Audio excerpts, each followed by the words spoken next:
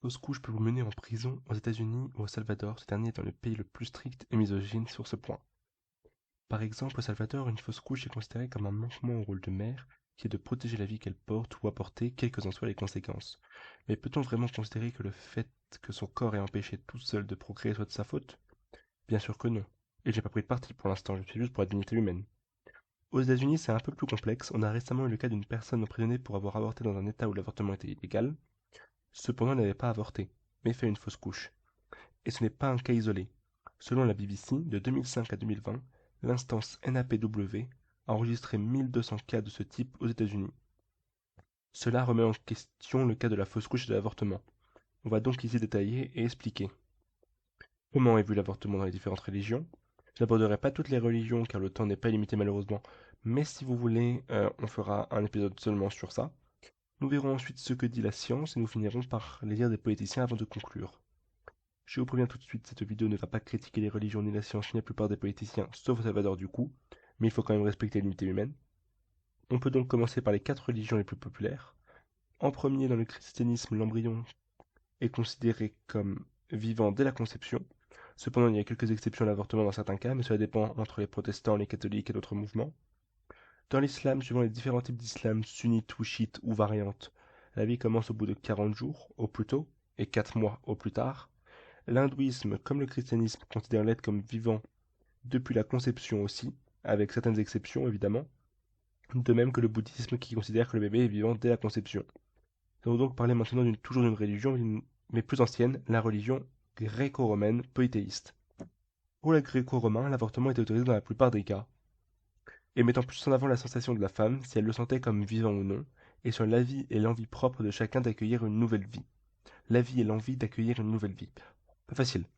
Cependant, il pouvait arriver qu'il ne soit pas très enclin à l'avortement, sans jamais pouvoir réellement le refuser si le père voulait garder l'enfant qu'il estimait avoir de droit. Bon, en effet un peu patriarcal, mais tout de même plus libre sur l'avortement que les autres religions évoquées.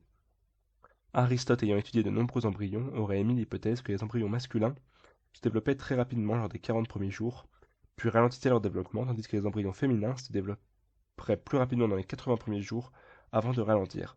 Mais cela n'est qu'une hypothèse, et Aristote lui-même recommandait aux familles nombreuses qui ne voulaient plus d'enfants d'avorter, peu importe le temps que l'embryon avait. Enfin, nous parlerons d'une manière plus scientifique. Alors, c'est une réflexion que je me suis posée.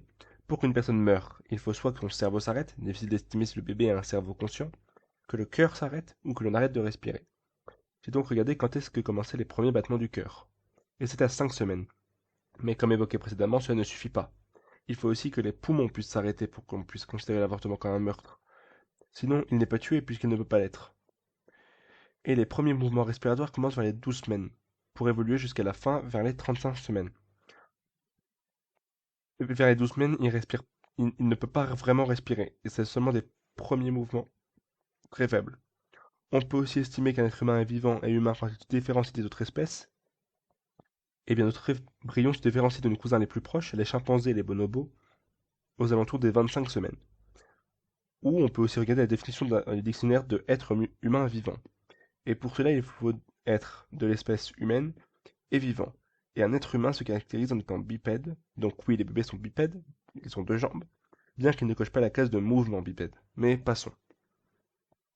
Il faut aussi un langage articulé. Donc les fœtus ont peut-être un langage en tapant sur les parois du ventre, mais pas articulé. Mais passons. Et par des mains préhensibles. Cela veut dire que l'on peut tenir des choses dans nos mains, et ça, les embryons ne peuvent pas le faire. Dans les différents pays, politiquement, le pays le plus strict est le Salvador, qui ne fait aucune exception, même dans les cas de fausse couche, viol, inceste, agression ou autre. En revanche, le pays le plus laxiste est la Néerlande, les Pays-Bas, qui autorise jusqu'à la 24e semaine, moment où un embryon humain est à la même chose qu'un embryon de bonobo ou chimpanzé. Les pays comme la France ou l'Espagne autorisent juste avant que ça ressemble à cette image, comme vous pouvez le voir ici. Donc en effet, avant que l'on puisse voir facilement que c'est un embryon humain.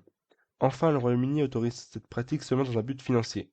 Le comble sachant qu'il y a quelques décennies, c'était les Françaises qui allaient au Royaume-Uni pour avorter. Les autres raisons politiques sont notamment que si c'est illégal, ça pourrait mettre les femmes en danger car elles le feraient illégalement, mais sans moyens, donc très dangereux. Ou même pour des femmes qui ont déjà des risques à venir à terme de la grossesse. Il faudrait que cela ne s'applique pas pour elle, au minimum.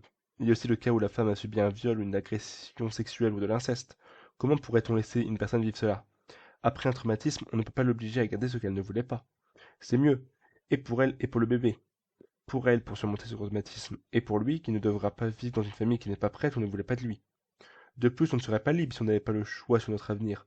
Notre avenir dépend aujourd'hui de notre choix, et si nous ne sommes pas libres de le faire, pas libres de disposer de notre corps librement, comment dispose-t-on de notre corps alors? Est-ce est-ce qu'on est vraiment libre? Enfin, pour conclure cette vidéo que je trouve très complète et très intéressante, de nombreuses religions considèrent le moment de la conception comme la vie. Mais si nous suivons ce raisonnement, les spermatozoïdes sont déjà une forme de vie. Mais va-t-on plaindre que des dizaines d'autres vivants, les spermatozoïdes, ont été tués dans l'opération? Ensuite, il y a les religions qui prennent parti qu'au bout de 40 jours, la vie commence. C'est aussi une idée qu'Aristote avait théorisée en disant que les développements des embryons masculins ralentissaient à ce stade, et c'est le moment où le cœur commence à battre, et c'est donc très symbolique. La science avance aussi 12 semaines, c'est le moment où les premiers mouvements respiratoires ont lieu. Aristote avait aussi théorisé cette idée en disant que les développements des embryons féminins ralentissaient à cette étape. Il y a aussi le nombre de 25 semaines, qui est le maximum légal dans les- dans le pays le plus laxiste, et qui est à l'instant où les embryons d'humains, de bonobos et de chimpanzés se différencient. Enfin, au bout de 35 semaines, la respiration est enfin prête pour le monde extérieur. Ou plus simple, mais peut-être moins éthique, la naissance, où on est sûr que le bébé correspond à tous les critères pour être un être humain vivant. Enfin, la religion gréco-romaine prenait, elle, la sensation et l'envie. Elle prenait donc en compte l'avis des personnes concernées, même si parfois elle le recommandait, mais elle le disait elle-même que ce n'était pas à elle, la religion, de choisir. Donc il n'y avait pas de date limite. Enfin, pour cette vidéo très complète et complexe, j'ai eu besoin de nombreux sites, 11 au total, sans compter sur des photos, en voici quelques-uns. Et merci, n'oubliez pas de vous abonner, et tout le tralala, blablabla.